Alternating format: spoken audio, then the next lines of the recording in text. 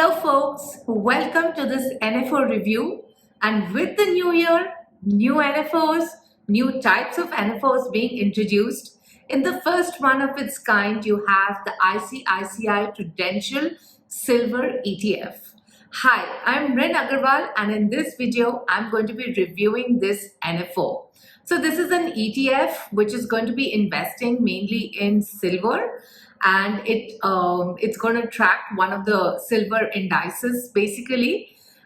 Given that it is an ETF, the fund management costs have to be capped at 1%, and it's likely to be in the range of 0.5 to 0.6%.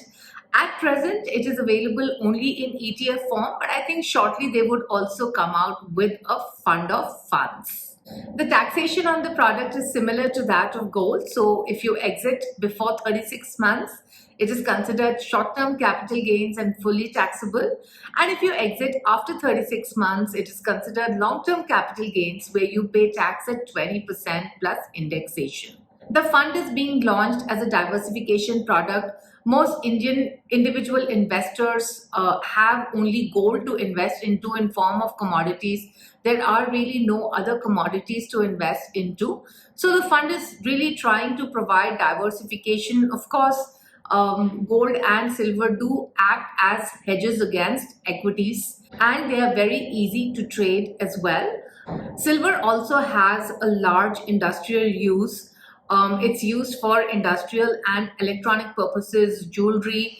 It's used in new areas such as 5G telecom, electric vehicles, and green energy. And of course, silver is also used for investment. There have been large flows into silver ETFs over the last couple of years, driven by the uncertainties due to COVID. So should you invest? Now, when you compare silver and gold, gold certainly is a hedge against inflation, a hedge against equities. The same may not necessarily be true for silver, because if you look at the way silver prices move, a lot is dependent upon how the economy is doing, how the industrial demand is. So to that extent, certainly silver is more correlated to equities as compared to gold, and hence may not really be an inflation hedge, or really may not be a full-fledged hedge against equities as well. Silver also has a higher beta than gold and has more volatility, and hence you do see the prices fluctuating much more than you see in the case of gold. Now, when you also look at the returns of silver versus gold, one of the things that actually stood out was that the 10-year CAGR somewhat looks very low. It looks at 1.97, almost 2%, and that's not a really good return basically. Even when you look at returns over different periods of time, the returns are wavering quite a lot. When you even look at rolling returns, the returns do not really look all that great as compared to equities, of course, and even as compared to gold. Since the silver ETFs are new at this point in time, there could be some liquidity issues as well. Of course, the tracking error is going to be known only much later. So what the impact of the various costs is going to also be known much later. There could be some disparity between the LBMA equivalent Indian rupee denominated silver prices and the domestic prices as well.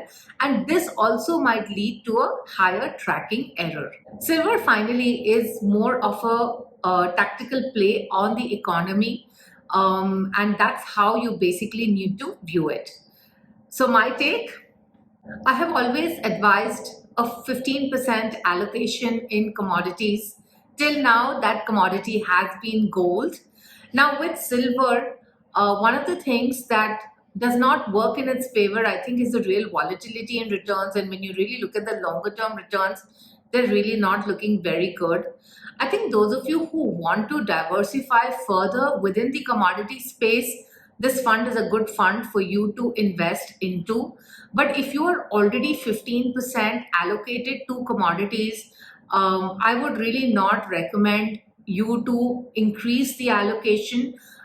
Maybe, at a later point in time, if you are planning to do some amount of profit booking in gold, then you could think of adding silver. But a small allocation is okay. But again, remember, a small allocation is also not going to make a very great difference in the overall return. So if you're investing into this fund, I think it's for pure diversification among commodities. Being the first of its kind, yes, you can put some money, but I would say start with a small allocation, see how it performs, look at the tracking error, and then take a further call to increase the allocation. Make sure you click on the bell icon to subscribe. We do look forward to your feedback. Till then, bye-bye.